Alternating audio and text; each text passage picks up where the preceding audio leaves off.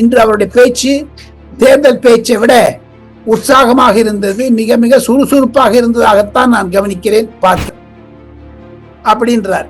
So ஆக மொத்தம் அவருக்கு இருக்கக்கூடிய அந்த கோபம் அப்படி அடிச்சாரு பாருங்க, ஒரு வச்சுன்னு அது எப்படி ரிப்போர்ட் பண்ணுவீங்க, தொலைக்காட்சியில காமிச்சுக்கலாம், எப்படி எழுதுவீங்க நியூஸ் பேப்பர்ல. வரக்கூடிய ஒரு மாதத்தில் திமுக அமைச்சர்கள், முன்னாள் அமைச்சர்கள் கைது செய்யப்படுவார்கள் என்பதை இன்று சூசகமாக தெரிவித்தார்.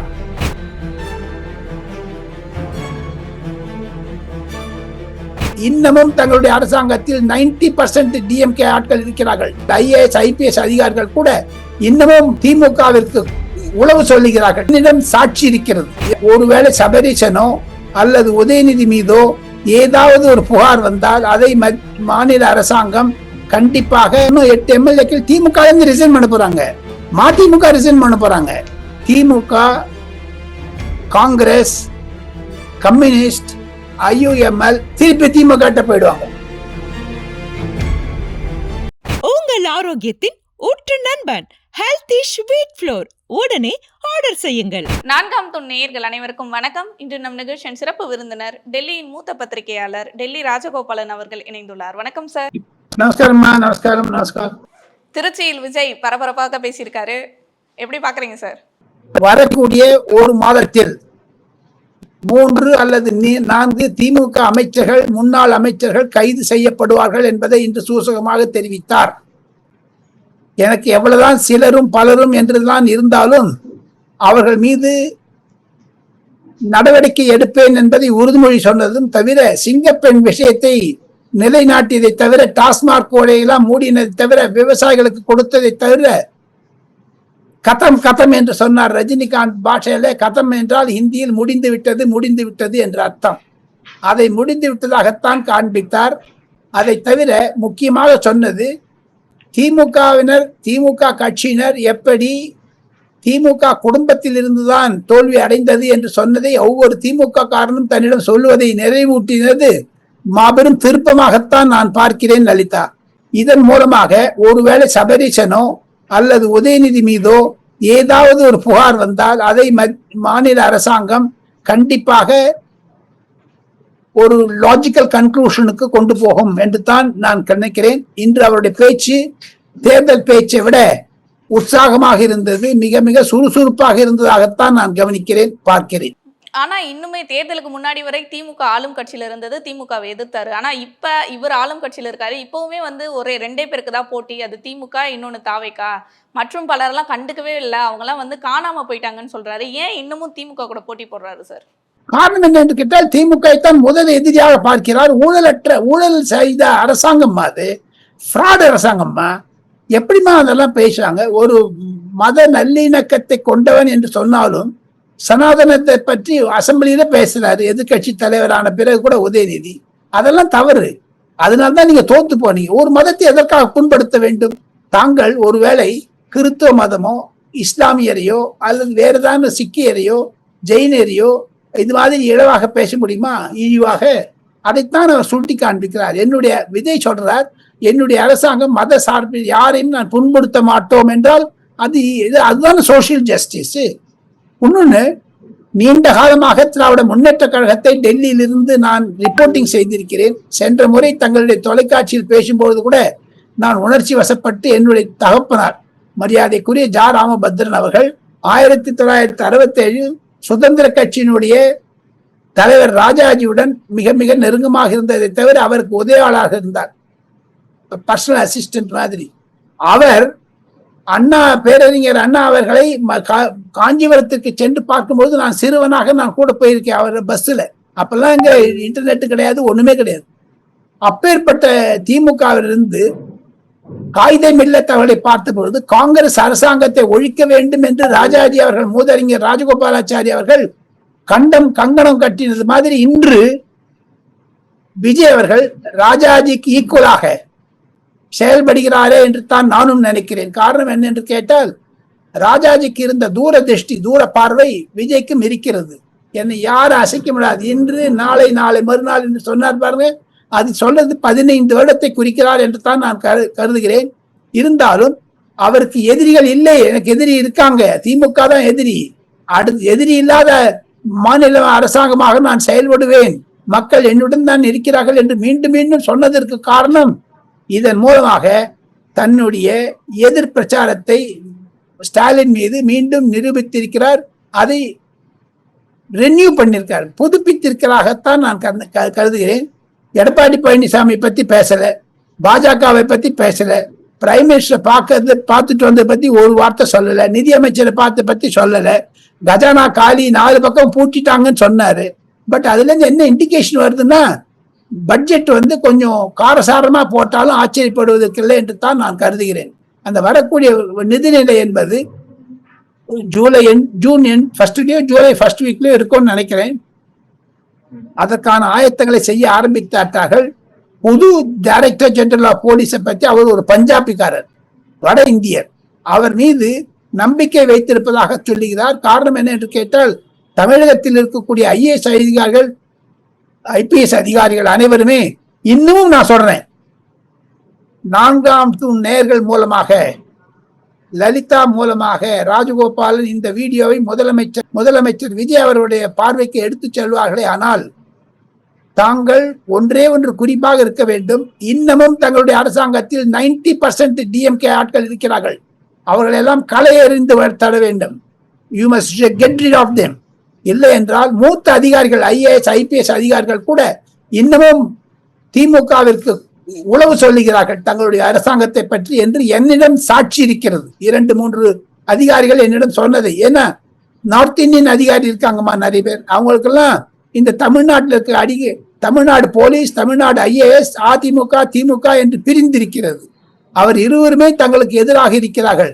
தங்களுக்கு என்று பத்திரிகைக்காரர்கள் இல்லை, தங்களுக்கு என்று இருக்கக்கூடிய பத்திரிகைகளுடைய அதிலையும் திமுக ஆதிக்கம் போதாத வரைக்கும் அந்த பெண் நிறுவனத்தினுடைய ஆதிக்கம் இன்னும் இருக்கிறது. இன்னமும் சிலர் உளறிக்கொண்டிருக்கிறார்கள் தமிழக தொலைக்காட்சிகளில். நெறியாளர்கள், விவாதத்தில் பங்கேற்பவர்கள் எல்லாம் திமுக போர்வையில் இருந்து திமுகவை ஆதரிப்பது மாதிரி பொதுமக்களிடையே ஒரு கிளர்ச்சியை உண்டாக்குகிறார்கள். இன்று பாருங்க, இந்த சாலை, திருவள்ளூர்ல சாலை போக்குவரத்து தண்ணீர் கலக்கலன்னு விட்டு அதை பெருசா போடுறாங்க. ஒரு டிசென்ஷன்ஸ், அதாவது எதிர்ப்பை காண்பிக்க வேண்டும் என்று. இன்னும் 1 மாதத்திற்குள் விவசாயிகள் போராட்டம், மாணவர்கள் போராட்டம், எல்லா போராட்டம் வரப்போது பார்த்துட்டேங்க. அதெல்லாம் திமுக தூண்டிவிடும், ஏன்னா சும்மா இருக்க மாட்டாங்க. இதை அனைத்தும் ஜென்சி என்று சொன்னாரே முதலமைச்சர் விஜய் அவர்கள். அந்த ஜென்சியை கிண்டல் பண்ணது கண்டிப்பாக நேற்று முன்தினம் அண்ணா அறிவாலயத்தில் நடந்த கூட்டத்தை பற்றி தான் நான் நினைக்கிறேன். இன் டோட்டாலிட்டி பார்த்தீங்கன்னா விஜயனுடைய திருச்சி பேச்சு 10 மார்க்குக்கு 8 மார்க் தரலாமா. ஆனா இங்க ஒரு ஆவேசத்தை பார்க்க முடிஞ்சது சார். ஒரு கோவத்தோட பேசினாரு. நீங்க இன்னமும் எங்களை தற்குறி சொல்லிட்டு இருக்கீங்களா, நான் ஏதாவது சொல்லிட போறேன், அந்த அளவுக்கு வந்துருச்சு. அவருடைய கோவம் உச்சகட்டத்துக்கு போயிட்டாரு. அது மட்டும் இல்லாம விஜயகாந்த் அவர்களையும் இதுல குறிப்பிட்டிருக்காரு, எம்ஜிஆர் அவர்களை குறிப்பிட்டிருக்காரு. இதெல்லாம் நம்ம எப்படி பார்க்கலாம் சார்? ஜெயலலிதாவை குறித்து சொல்லுங்க. ஜெயலலிதாவை சொன்னாரு, அவர் என்ன சொல்ல வந்தார் என்பதை நான் 4ஆம் தூண் நேயர்களுக்கு ஜாடை காமித்து சொல்ல இருக்கிறேன், ஆனால் வாயால் சொல்ல மாட்டேன். நீங்க என்ன சொன்ன அப்படின்றார். ஸோ ஆக மொத்தம் அவருக்கு இருக்கக்கூடிய அந்த கோபம் அப்படி அடிச்சாரு பாருங்க, ஒரு வச்சுட்டு. அதுதான் அவருடைய மனதில் இருக்க. சொல்லாத சொன்னார் பாருங்க, சொல்ல முடியாது, யாராலையும் சொல்ல முடியாது. எப்படி ரிப்போர்ட் பண்ணுவீங்க? தொலைக்காட்சியில காமிச்சுக்கலாம். எப்படி எழுதுவீங்க நியூஸ் பேப்பர்ல? அதெல்லாம் இருக்குது. இருந்தாலும் அவருடைய கோபத்தை இன்று வெளிச்சத்திற்கு கொண்டு வந்து விட்டார். வேர்ல வெந்நீர் விடுறீங்கன்னு சொன்னார் பாருங்க, அது ஒரு நல்ல பழமொழியாகத்தான் பலர் ரசித்தார்கள். ஆங்கில தொலைக்காட்சிகள் டைம்ஸ் நவ், நியூஸ் 18 மற்றும் ரிப்பப்ளிக் போன்ற தொலைக்காட்சிகளில் நான் பங்கேற்றேன். அதனுடைய தமிழாக்கத்தை சொன்னேன். பலரும் வேண்டார்கள். 2 வருடத்தில் எப்படி ஒரு ஆட்சியை அமைத்தார்கள் என்று இன்னமும் பலருக்கு சந்தேகமாகத்தான் இருக்கிறது.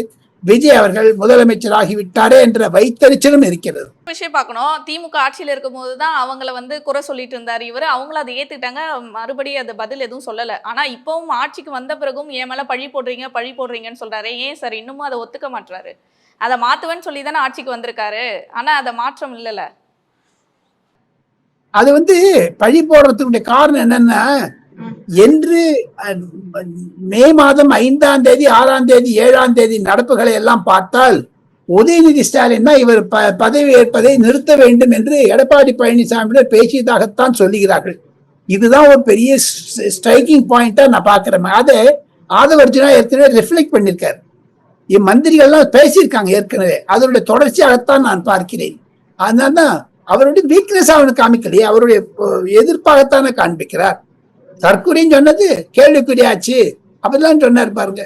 ஸோ ஒரு எக்ஸ்பிரஷன் ஆஃப் ஆங்கரை காமிச்சாருன்னு நான் நினைக்கிறேன்.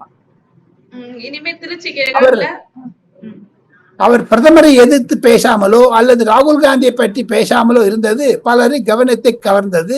டெல்லிக்கு விஜயத்தை பற்றி ஒரு வார்த்தை சொல்லவில்லை. அவர் 2 நாள் டெல்லிக்கு வந்தாரு. இப்போ அவர் மேற்கொண்ட தமிழ்நாட்டில் ஃபர்ஸ்ட் ட்ரிப் வந்து திருச்சி தான். அவர் மாநிலத்தை விட்டு வெளில வந்து ஃபர்ஸ்ட் டெல்லி தான் என்று நான் நினைக்கிறேன். ஆனா ஏன் சார் பாஜகவையும் அங்க காங்கிரஸையும் வந்து தவிர்த்தாரு, போய் அந்த சந்திப்பையும் பேசல, ஏன் அதை தவிர்க்கிறாரு? திருச்சி எலெக்ஷனுக்கு கேன்வஸ் பண்ண வந்தேன்னு சொல்றாரு. இது எலெக்ஷன் மீட்டிங்கா தானே இருக்கு. சப்போஸ் வந்து அவர் இதே சட்டசபையிலயோ நிருபர் கூட்டத்தையோ அதான பேசியிருந்தாருன்னா நம்ம கேட்கலாம். அவர் பேசினது வந்து இன்னைக்கு ஓட் ஆஃப் தேங்க்ஸ் கொடுக்க வந்தாரு. திருச்சி பெரம்பூர் இல்லை, இது திருச்சியும் நான் பெரம்பூர் தான் என்னுடைய இதயமாக நினைக்கிறேன், 2 கண்கள் என்றெல்லாம் சொல்லி வர்ணித்தார். ஆக மொத்தம் அவர் வந்து தன்னை டிஃபென்சிவ் தான் வச்சிருந்தாரு. இனிமேல் நல்லா அட்டாக் பண்ண போற மாதிரி தான் எனக்கு பட்டுதுமா. வரக்கூடிய எல்லாத்தையும் விட ஒரு 2 பாயிண்ட்ல நான் ஒண்ணு முடிக்கிறேன். சட்டசபையில ரொம்ப சுறுசுறுப்பா இருக்குமா. இனிமேல் சட்டசபை விவாதத்தை நேரடி காட்சியாக லைவ் ரிப்போர்ட்டிங்கா பண்ணுவாரு. காரணம் என்னன்னு கேட்டால் திமுகவை எக்ஸ்போஸ் பண்ணணும்னு பார்த்தாங்க. முதல்ல இந்த அப்பாவும் ஒருத்தர் இருந்தார் பாருங்க ஸ்பீக்கர், அவனெல்லாம் மிஞ்சிடுவார். பார்த்துட்டு இந்த அப்பாவை பண்ணதெல்லாம் ஃப்ராடு தனம், திமுக ஃப்ராடுங்க எல்லாரும், அதையெல்லாம் எக்ஸ்போஸ் பண்ணுவாரு. உதயநிதி பேச்சுக்கும் இவர் பேச்சுக்கும் இடையே இருப்பதையெல்லாம் காண்பிப்பார்கள். பொதுமக்களே ஒரு இன்ட்ரெஸ்ட் வரும். லைவ் டெலிகாஸ்ட் பண்ண போறாங்க தான் இன்னைக்கு இண்டிகேட் பண்ணாரு. அதை ஓப்பனா பண்றதுக்கு சில சாதனங்கள் தேவை. லைவ் டெலிகாஸ்ட் பண்ணதுக்கான ஒரு அது யூடியூப்ல வரக்கூடாது, தமிழரசுக்கு என்று ஒரு கேபிள் மாதிரி ஒன்று போட போறதாக நான் கேள்விப்பட்டேன். Wait and watch. இன்னும் ஒரு வாரத்துக்குள்ள அது நான் அறிவிப்பு வெளில வரும். தமிழக சட்டமன்றத்தில் இனி எல்லாருமே கருப்பு சட்டை போட்டு வராங்களா? ஏன்னா எதிர்கட்சிகள் திமுக அதிமுக சேர்ந்து கொண்டு ஒரு காலத்து ஃபியூச்சர்ல தமிழ்நாட்டில் திராவிடம் என்ற இல்லாமல் போயிட போதோ என்ற ஒரு அச்சம் எனக்கு இருக்கிறது. திராவிடத்துக்கு ஆப்போசிட் வந்து இந்துத்துவா தான் இருக்கும். அதுல வந்து என்ன பண்ண போறாங்களோ தெரியல. வருங்காலத்தில் எதிர்கட்சி தமிழ்நாட்டில் இல்லாமல் பண்ணுவதற்குத்தான் அந்த ஸ்ரீரங்கத்தினுடைய எம்எல்ஏ ரமேஷ் பேசின போது கூட இண்டிகேட் பண்ணாரு. இது சீஃப் மினிஸ்டருடைய மைண்ட் எல்லாம் ரிஃப்ளெக்ட் பண்றாரு. கடைசியா முடிக்கும் பொழுது பிரதமருக்கும் முதலமைச்சருக்கும் ஒரு நல்ல ஒருமைப்பாடு நான் பார்க்கிறேன். பிரதமர் வந்து நான் பிரதான் சேவக் என்று சொல்லுவார். நான் தான் முதல் மணியா சேவகர் அப்படின்ட்டு அதை தான் தமிழ்னு சொன்னார். இவரும் தனியா பேசுறாரு, இன்ட்ரெஸ்டா பேசுறாரு. நல்ல கூட்டம் வருது, கவர்ச்சியாக இருக்கு. கவர்ச்சி சொன்னாரு. நான் கவர்ச்சியா இருக்கக்கூடாதா, நீங்கள்லாம் கவர்ச்சி இல்லையான்னு கேட்டார் பாருங்க. அதுவும் நல்ல பிஃபிட்டிங் ஆன்சராகத்தான் நான் பார்க்கிறேன். பல விஷயங்களை அவர் மனதில் வைத்துக் கொண்டு straight attack on DMK first family தான் நான் பார்க்கிறேமா. இதிலிருந்து உதயநிதியும் சபரீஷனும் தப்பிவது கடினம். ஏற்கனவே சொல்லிட்டார் பாருங்க. முரசொலியினுடைய அறக்கட்டளை, அதை தவிர அண்ணா அறிவாலயத்தினுடைய நிலம், இதையெல்லாம் மூக அழகிரியினுடைய மகள் கயல்விழி போய் பார்த்து பேசினத்துல சில கம்ப்ளைண்ட் கொடுத்திருக்கதாக நான் கேள்விப்படுகிறேன். அது மீது கேஸ் போட்டாங்கன்னா ஸ்ட்ரெயிட்டாவே அது முரசொலியை தான் பாதிக்கும். கண்டிப்பாக சார். இறுதியாக ஒரு கேள்வி சார். மற்றும் பலர்னு அதிமுக மற்ற கட்சிகளை வந்து அவர் சேர்க்கவே இல்லை. தாவேகா திமுக மட்டுமே பார்த்தாரு. ஆனா மற்றும் பலர்ல இருந்து தான் இப்போ அவருடைய கூட்டணியை பெரும்பான்மையை நிரூபிக்கிறதுக்காக அங்க இருக்க எம்எல்ஏக்கள்ல இருந்து பேசிட்டு இருக்காங்க. அப்ப இது வந்து ஒரு முறைதானா? இந்த மாதிரி வந்து அங்க இருக்க எம்எல்ஏக்கள் மட்டும் வேணும், ஆனா அந்த கட்சிகள் மற்றும் பலர் வேணாம். அந்த மற்றும் பலரை கட் பண்ணி விட்டுருவாரு. இவருக்கு ஃபுல் மெஜாரிட்டி வந்துருப்பாங்க. 6 மாசத்துக்குள்ள ஏதாவது பண்ணி வாங்கிடுவாரு. இன்னும் அசம்பிளி தேர்தலாம் 8 இடத்துல இன்னும் 8 எம்எல்ஏக்கள் திமுக இருந்து ரிசைன் பண்ண போறாங்க, மதிமுக ரிசைன் பண்ண போறாங்க.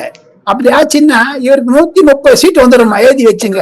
30 இடத்துல பொது தேர்தல் வந்ததுன்னா இவர் தன் ஆட்சி நடத்துவார். அதாவது தமிழ் வெற்றி கழகத்தினுடைய ஆட்சி விசில் ஆட்சி நடக்கும். திமுக, காங்கிரஸ், கம்யூனிஸ்ட், IUML திருப்பி திமுக போயிடுவாங்க. அதுதான் நடக்க போகுது. அதை வைத்து பார்த்தீர்களே ஆனால் இப்பொழுது அந்த அமைச்சர்கள்லாம் இப்போ போதாது வரைக்கும் அந்த வன்னி அரசு என்ற அமைச்சர் தன்னுடைய எம்பிக்களையும் கழகத்தாரையும் உட்கார்ந்து வச்சுக்கிறான்ற ஒரு கம்ப்ளைண்ட் சிஎம் கிட்ட போயிருக்குதான். மந்திரிகள்லாம் சரியா செய்யலன்னு சீஃப் மினிஸ்டர் கம்ப்ளைண்ட் போகுது. அதை தவிர நம்ம புஷி ஆனந்த் பேசும்பொழுது ஏதாவது ஊழல் இருந்தா எடுத்துருவோம் சொல்றாரு பாருங்க. முதல்ல பேசின போது இதையெல்லாம் காங்கிரஸ்காரர்கள் முதுகில் குத்தி விட்டார்கள், திமுகவிற்கு தங்களையும் குத்துவார்கள் என்ற எண்ணம் அவர் மனதில் வந்துவிட்டதனால் காங்கிரஸ் இல்லாத ஆட்சி கண்டிப்பாக இருக்கும், கம்யூனிஸ்ட் இல்லாத ஆட்சி இருக்கும். இன்னும் 2-3 மாசத்துல பாருங்க அவருடைய நிலைமை புரியும் என்று தான் நினைக்கிறேன் லலிதா. கண்டிப்பாக சார், தொடர்ந்து பேசுவோம் சார் பல நிகழ்வுகளை பற்றி. நன்றி.